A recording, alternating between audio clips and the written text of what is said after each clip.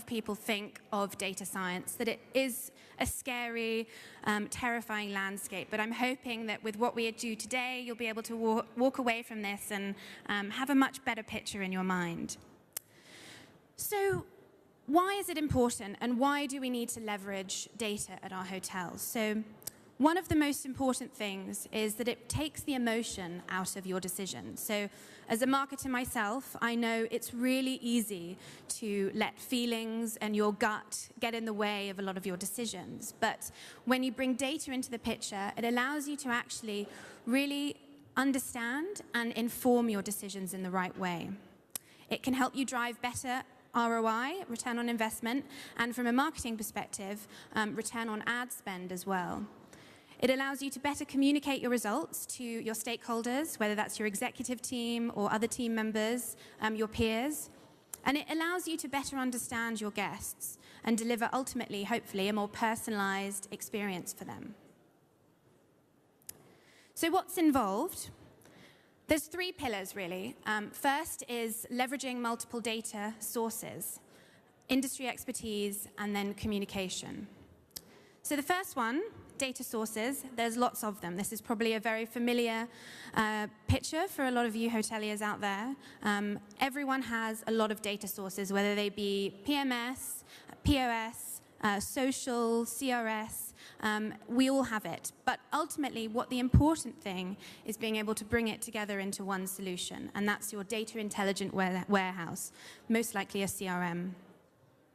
But beyond the data, it requires a few other things. Infrastructure, departmental alignment, so working with your other teams, executive commitment, you need the people to buy into this, resources, so people and money, it's important, and then measurement. If you haven't measured it, if you haven't got those things in place, it really didn't happen. Secondly, expertise. So not all of us are data scientists, and I definitely am not. It tends to be something that you really can pick up on the job or learn about it in extra time. But one thing that we see is that if you can leverage key stakeholders in your organization, so people that you know that might have experience from previous roles, use them, or perhaps they're in other departments. Use industry data. The internet is an amazing thing. There's a lot of information out there. Great benchmarking data as well for you to get some ideas of where you should set your goals. Hire smart.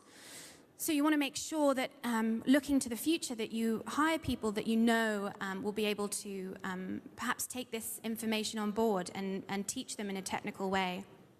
And then finally, look at what the experts are doing. So, you know, retail, entertainment, those guys have got it down to a T. They're very forward-thinking, and there's no shame in looking to them to see what they're doing for trends.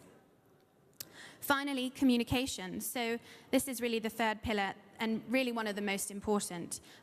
Working across your teams is vital, and it's really easy. It happens in most organizations. You kind of get ingrained in your day-to-day. But if you can really tear down those silos between your teams, it makes a massive difference and allow you to really achieve the goals that you're trying to do. So, before we go into some examples, I just want to go through kind of exactly what data you really need to get started.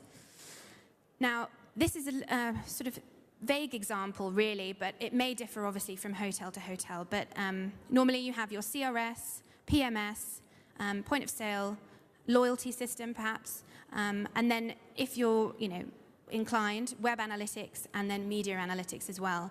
Now, these are all that's a lot of information there, but as I mentioned previously, having this data and then pulling it into one data warehouse is really the most important thing and would allow you to leverage all of this information and action it.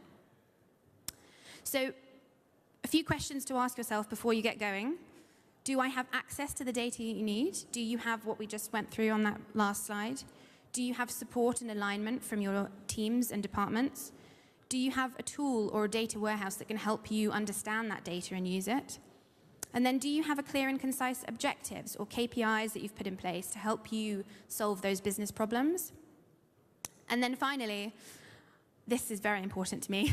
Are you ready to learn what the data is telling you? And I think this is quite key, and you may end up finding out things that perhaps you didn't anticipate or that may not have thought were going to happen. But need to keep an open mind. So combining reporting. Here again, a lot of data here. We're actually using the same Google Data Studio, but we've got Google Analytics, your double-click data, and your CRS and online booking engine feeding into one place. So here, at a glance, you can see a multitude of information that will help you determine what to do next. So on the left-hand side, we've got your e-commerce metrics, so gross sales. And this example here is looking at 14-day periods, so over those 2-week periods, it's comparison. So you can see here that the gross sales was up 27%. The ADR was up 33%, and then from that you can then go on and see where those sales sources were coming from. So referral, direct seem to be the key ones here, and then finally your Google ad spend. So by a simple data studio visual like this, you can really see the whole funnel, where the channel, who's coming in, exactly what source they're coming in by, and then finally how much they're spending and what they're doing. So again, a great comparison way for you to share this upwards with your team and really define what's working and what isn't. And this is account-based marketing, so I'm sure a lot of you have heard of it, but this is using a tool called Engagio, which actually visualizes how people engage with information and what exactly they're looking at and at what time period. So we can very clearly from these dashboards see these different groups of hotels that we're looking at, how engaged they are with our activity, and the amount of engagement minutes, as they call it. Again, a really great way of just visualizing very simply who our key targets should be. Here's another example of a heat map, this time in the Engagio platform. But we can see that these people, these different roles within the organization, are really engaged with our website, with our ads, with our content, which, really important and a great way for us to identify who the best people to target and what content to target them with. First of all, start small, and that's really key here because there's a lot that you can do. Pick one business problem and try and solve it. I think it's a great way for you to then, if you test it out, then take it to your executive team with a business case and see if you can pitch it forward to actually try this out. Explore a tool set. Now, software obviously is really important for this, so look at the tools that you can use that will work for you. Perhaps you have a couple in place already that you can start implementing and trying and testing things out with. And then finally, test, learn, adjust, and repeat. It's a great work ethic.